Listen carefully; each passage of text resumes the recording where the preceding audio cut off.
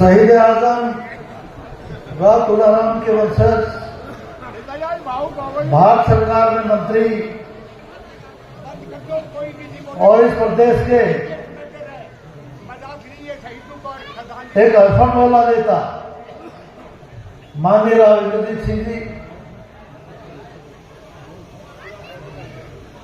ममता सिंह, नगर परिषद की चेयरमैन साहिबा बहन कमलेश सैनी जी, हमारे मार्केट कमेटी के सभी चेयरमैन साहब, ब्लॉक समिति के चेयरमैन साहब और ममता सिंह, सभी हमारे नेतागण, उपस्थित सज्जनों, माताओं, बहनों, बुजुर्गों, प्यारे बच्चों,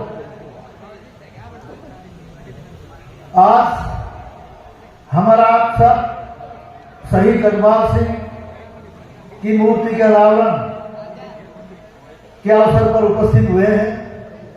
हमारे बीच में हमारे बहुत ही सम्मानीय नेता राव इंद्रजीत सिंह जी, जिनके कर कमलों से उनकी मूर्ति का अनावरण हुआ। पार्लियामेंट चल रही है, राव साहब की व्यस्तता थी, लेकिन जब मरलाना गांव में और दूसरा शहीद की मूर्ति का अनावरण, जब इन दोनों बातों का जिक्र आया तो राव साहब ने 1 मिनट भी सोचने में देर नहीं लगाई और आपके बीच में आने की हाँ भरी। हमें लग रहा था कि पार्लियामेंट चल रही है इस अवसर पर, लेकिन राव साहब ने कहा मैं समय जरूर दूंगा, रुकूंगा थोड़ी देर, लेकिन इस अवसर पर जरूर आऊंगा। अभी रास्ते में भी राव साहब जिक्र करते आ रहे थे कि मरलाना गांव पुराना गांव रहा है, इसके बारे में हमारा पूरा साथ रहा है और नसीबपुर जब भी शहीदों को श्रद्धांजलि देने आते हैं तो मरलाना की उपस्थिति अपने आप में काबिल तारीफ रहती है। आज शहीद जगमाल सिंह की मूर्ति का अनावरण हुआ। सूबेदार जगमाल सिंह 1989 में श्रीलंका में शांति सेना के रूप में देश के काम आए और इस मरलाना की मिट्टी का लाल, मरलाना की मिट्टी के लाल, इस वीर भूमि का बेटा श्रीलंका के अंदर इस देश की सेवा करते हुए, मानवता की सेवा करते हुए शहादत दी।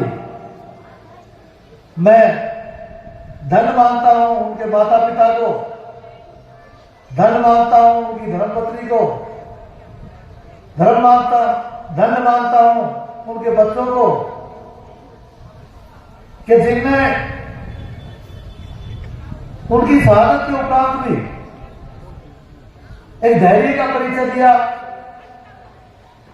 और अपने पिताजी के बताए हुए रास्ते पर आचरण करते हुए आज उन्होंने मूर्ति का अनावरण कराया। ऐसे देशभक्तों की हमेशा याद रहनी चाहिए। मूर्ति लगाने से जब भी उनके सामने से निकलेंगे तो हमें उनकी शहादत याद आएगी। ये एक समस्त ग्रामवासियों के लिए बहुत सौभाग्य का दिन है। और राजस्थान में कल आया था यहां देखने के लिए कि मरलाना वाले क्या कार्यक्रम कर रहे। सारे गांव में इतना जोश, विशेषकर आपके आगमन के प्रति गांव एकदम जोश से भरा हुआ था। यह हाजिरी भी बता रही है, आप देख भी रहे हैं।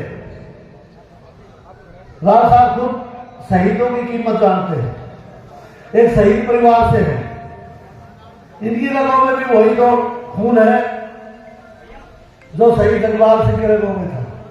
शांति सेना में थे, शांति कायम करने के लिए गए थे।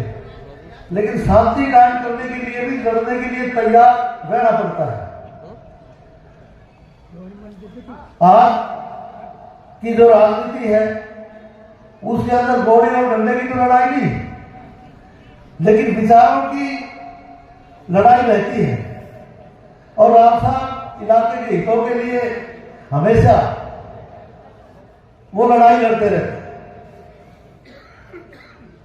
शहीद दिलबाग सिंह भी देश की हित के लिए, देश की भलाई के लिए शहीद हुए। उसी प्रकार से आज चाहे यहाँ शांति है, लेकिन आज की राजनीतिक आवश्यकताओं को पूरा करने के लिए हमेशा राव इंद्रजीत सिंह आप सब जानते हैं इलाके के लिए लड़ने को तैयार रहते हैं। अपने साथियों से अपनी सरकार में इलाके के हितों से कभी समझौता नहीं करते। अहित होता नजर आए तो ये हमेशा आवाज उठाते। खुद हमारे मुख्यमंत्री जी ने एक बार ऐसा बयान दे दिया था कि गलती से डिक्लेयर हो गए, उस समय के जो मुख्यमंत्री थे। लेकिन राव साहब ने कहा गलती से कैसे हो गए, हमने 100 सुनते करवाए, 100 सुनते हुआ है और ये यही बनेगा। और लंबी फिर इसके बाद राव साहब उसको बढ़वा कर ही रहे।